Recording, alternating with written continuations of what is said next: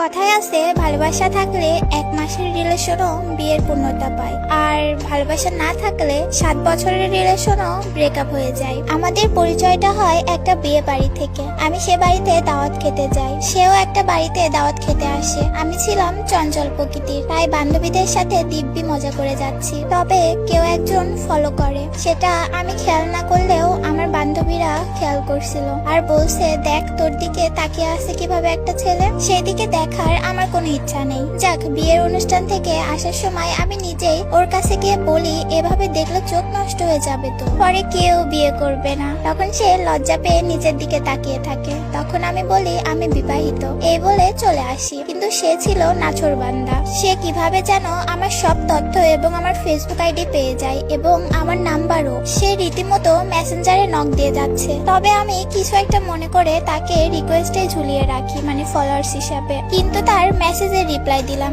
কে আপনি? সে তো রিপ্লাই পেয়ে পরিচয় দিয়েই যাচ্ছে, কিন্তু এদিকে আমি চিনেও তাকে না চিনার ভান করে বসে আছি। যাক, পরের দিন ওমা, সে দেখে আমার স্কুলে চলে এসেছে। এবার আমি রেগে গিয়ে তাকে ইচ্ছা মতো কথা শোনালাম। সে শুধু হাসে, যতই হাসতেছে ততই আমার রাগ উঠতেছে। এভাবে 8-9 দিন যাওয়ার পরে আমার ভাইয়া বিষয়টা শুনতে পায়। ভাইয়া জানার পরে ভাইয়া ওকে শাসন করে, কিন্তু তাতেও কাজ না হলে ভাইয়া ওকে মারে। দেখি তাতেও কোনো লাভ হয় না, সে তাও আমার জন্য অপেক্ষা করতে থাকে। পরে আমি তাকে বলি, আপনি চানটা কি? তার একটাই কথা, বিয়ে করতে চাই। ওই প্রেম টেম করা আমার পক্ষে সম্ভব না, আর প্রেম করে আপনাকে তো নাও পেতে পারি, তাই সোজা বিয়ে করতে চাই। তখন আমি বলি, হইছে, লাইলি মজনুর মতো হওয়ার দরকার নাই। তখন সে বলে, তুমি ভালোবাসো আর নাই বা বাসো, আমি তো তোমাকে ভালোবাসি। তবে তার জন্য কোনোদিনই আমার মনে কোনো ফিলিংস হয়নি। সে তার পরিবারের ঠিকানা সবকিছু আমাকে দিয়ে দেয়, আমাকে বলে যাচাই করে নিও, কেননা বিয়ের পর বলেও না যে তোমাকে আমি ঠকিয়েছি। তখন আমি বলি, আপনাকে কে বিয়ে করবে?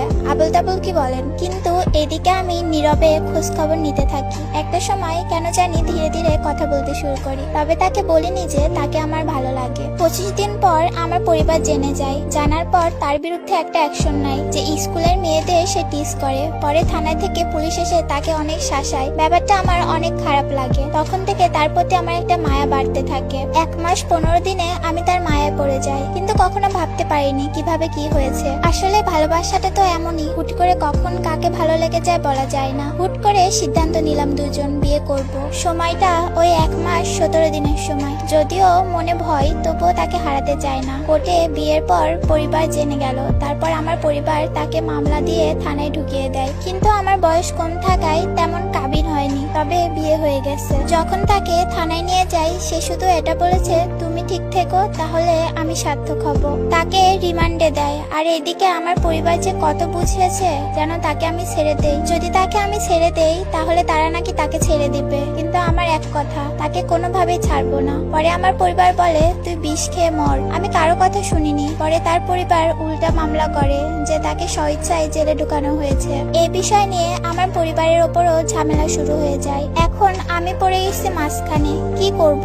পরিবারের পক্ষে যাব নাকি ওর পক্ষে? কোনো কিছুতেই মিলাতে পারছি না। তাকে জামিনে বের করা হয় 3 মাস পর। তাকে দেখে মনে হচ্ছে সমস্ত অপরাধ আমার। তাৎক্ষণিক গ্রামের চেয়ারম্যানরা বসে এটা নিয়ে। তখন আমার একটা কথা, আমি ওর কাছে যাব। হয়তো কতটুকু মায়া জমেছে বোঝানো সম্ভব না এই অল্প দিনেই। আমার পরিবার সেখানে অনেক ছোট হয়। পরে সেখান থেকে আমি তার সাথে চলে আসি। শ্বশুর বাড়িতে আসার পরপরই আমার স্বামীর বড় ভাই বলে, তুই কারে ঘরে আনছোস? যার জন্য তুই জেলে গেছিস তারে? তখন সে বলে, আপনি শুধু এটাই দেখলেন, এত মানুষের সামনে যে তার পরিবারকে নিচু করে আমার সাথে চলে এসেছে এটা দেখেননি। আমি তার মুখের দিকে তাকিয়ে কান্না করে দেই। পরে তার বড় ভাই তাকে বলে, বাড়িতে রাখতে হলে টাকা দিতে হবে প্রতি মাসে। সে আমাকে রেখে কখনো ইট খোলায় কাজ করতো, কখনো জাল বইতো, তবুও সে আমাকে ছাড়েনি। এভাবে 3 মাস কাজ করার পর তার বড় ভাই আমাদের বাড়িতে যায়। বড় ভাই গিয়ে আমার পরিবারের কাছে বলে, দেখেন আমি আমার ভাইকে বিভিন্ন শর্ত দিয়েছি, সে সবকিছু মেনে নিয়েছে, তবুও